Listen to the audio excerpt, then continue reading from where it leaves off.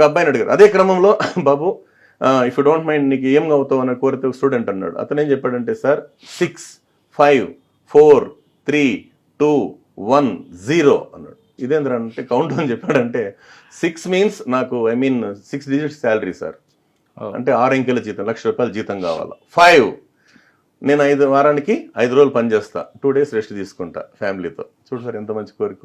4 4 చక్రాల కారు కావాలి. 3 3 bedroom flat, ఒకటి నాకు నా భార్యకి, మా అమ్మ నాన్నకి, నా బిడ్డలకి. 2 ఒక అమ్మాయి ఒక అబ్బాయి. 1 ఒకే పెళ్ళాం. 0 టెన్షన్ లేకుండా బతకడం.